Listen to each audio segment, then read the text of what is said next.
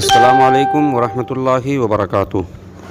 Doctor افشاں ملک کا تحریر کردہ دلچسپ افسانہ۔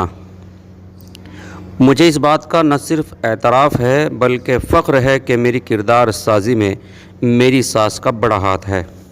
چلیے شروع کرتے ہیں۔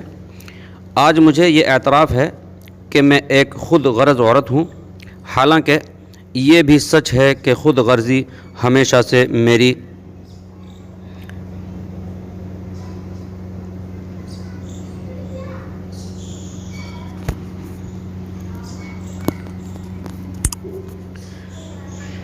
فطرت میں شامل نہیں تھی۔ میں مزاجاً کم گو اور سلجھو ٹائپ کی عورت تھی۔ جھگڑا کرنا میرا مزاج نہیں تھا، کبھی کسی سے میرا جھگڑا ہوا بھی نہیں، نہ گھر نہ باہر۔ اپنے پڑوسیوں سے بھی میرے تعلقات ہمیشہ اچھے رہے، ان کو کبھی مجھ سے کوئی شکایت نہیں ہوئی۔ دوسروں کے معاملات میں تانک جھانک کرنا بھی کبھی میرا مشغلہ نہیں رہا۔ عام عورتوں کی طرح جلنے کوڑھنے کی عادت بھی مجھ میں نہیں تھی۔ کل ملا کر دیکھا جائے تو خاصی اچھی عورت ہونے کی تمام خوبیاں میرے اندر موجود تھیں۔ میرے شوہر کو بھی کبھی مجھ سے کوئی شکایت نہیں ہوئی۔ یوں تو چھوٹی موٹی شکایتیں ہر گھر میں میاں بیوی کو ایک دوسرے سے ہمیشہ ہی رہتی ہیں، لیکن ہمارا گھر کبھی لڑائی کا میدان نہیں بنتا بھی کیسے؟ بقول نانی اماں کے، مرد کی ضرورت ہے اس کے بغیر کہے سمجھ جاؤ، وقت پر کھانا کپڑا تیار رکھو، مرد گھر آئے تو اچھے حلیے میں اس کا استقبال کرو، بچے کے رونے لے کر نہ بیٹھو، اور ساس نندوں کی شکایتیں کسی اور وقت کے لیے اٹھا رکھو، پھر دیکھو گھر میں خوشیاں ہی خوشیاں ہوگی۔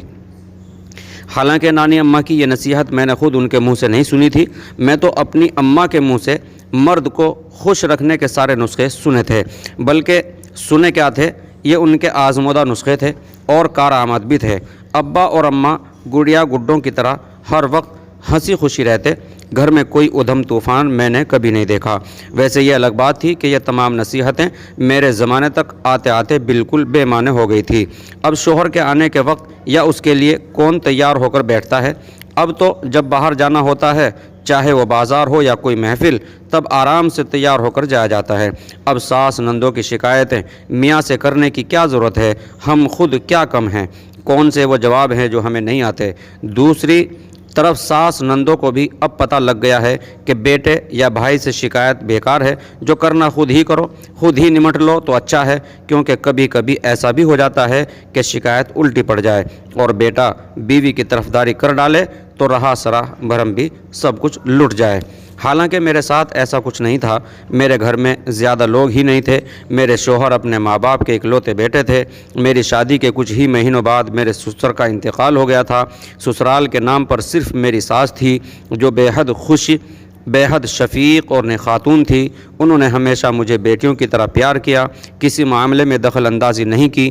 ہمیشہ یہی کہتی، بچے تمہارا اپنا گھر ہے، جو چاہو کرو، کسی کام میں مین میخ نہ نکالتی، کہیں آنے جانے پر پابندی نہ لگاتی، بلکہ بیٹے پر زور ڈالتی کہ گھوم پھر آؤ، آزادی کے یہی دن ہیں، پھر ذمہ داریاں بڑھ جائیں گی۔ ایسے وقت میرے شوہر اماں کی آنکھ بچا کر دھیرے سے میرے کان میں پھسپھساتے، یہ اماں کون سی ذمہ داریوں کی بات کر رہی ہیں؟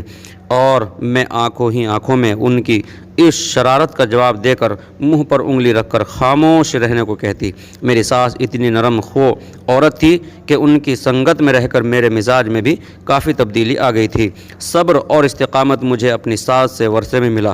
مجھے اس بات کا نہ صرف اعتراف ہے بلکہ فخر ہے کہ میری کردار سازی میں میری ساس کا بڑا ہاتھ رہا۔ وقت آگے بڑھا تو میری گود میں جڑواں بچوں کا تحفہ مل گیا، ایک بیٹا اور ایک بیٹی۔ بیٹی کے مقابلے بیٹا زیادہ خوبصورت تھا۔ دو جڑواں بچوں کا پالنا میرے لیے مشکل وقت تھا، لیکن میری ساس اس مشکل وقت میں میرے ساتھ رہیں۔ شروع میں کئی مہینے تک جب بچے بہت چھوٹے تھے، وہ رات کو میرے ساتھ جاگتی، کبھی بیٹا اور کبھی بیٹی کو اپنے ساتھ سلا لیتی۔ اکثر جب میری نیند پوری نہیں ہوتی تھی، تب دن میں وہ دونوں بچوں کو میرے پاس سے لے جاتی اور گھر میں مستقل طور پر رہنے والی ملازمہ کی مدد سے کئی گھنٹے تک اپنے پاس رکھتی۔ میں جب سو کر اٹھتی تب بچوں کو مجھے دے کر خود آرام کرتی۔ یہ وقت کتنی عجیب چیز ہے، کتنی دھیمی رفتار ہے اس کی، لیکن لمحوں کو گھنٹوں میں اور گھنٹوں کو سالوں میں بدل کر صدیاں بنا دیتا ہے۔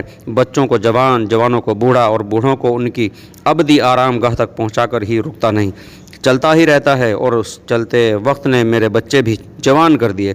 میری ساس جنہیں میں اماں کہتی تھی گزر گئی، دل ویران سا ہو گیا، لیکن رفتہ رفتہ صبر آ گیا۔ اماں کے چلے جانے سے ایک خلاصہ پیدا ہو گیا تھا۔ یہ ابھی افسانہ جاری ہے دوسری قسط کے لیے، آپ انتظار کریں، انشاءاللہ جلد ہی دوسری قسط بھی پیش کی جائے گی۔ آپ کو یہ ہمارا افسانہ کیسا لگا ویڈیو میں کمنٹ کر کے بتائیے گا، اور ہمارے چینل کو سبسکرائب کیجیے گا اور ویڈیو شیئر کیجیے گا۔ السلام علیکم ورحمۃ اللہ وبرکاتہ۔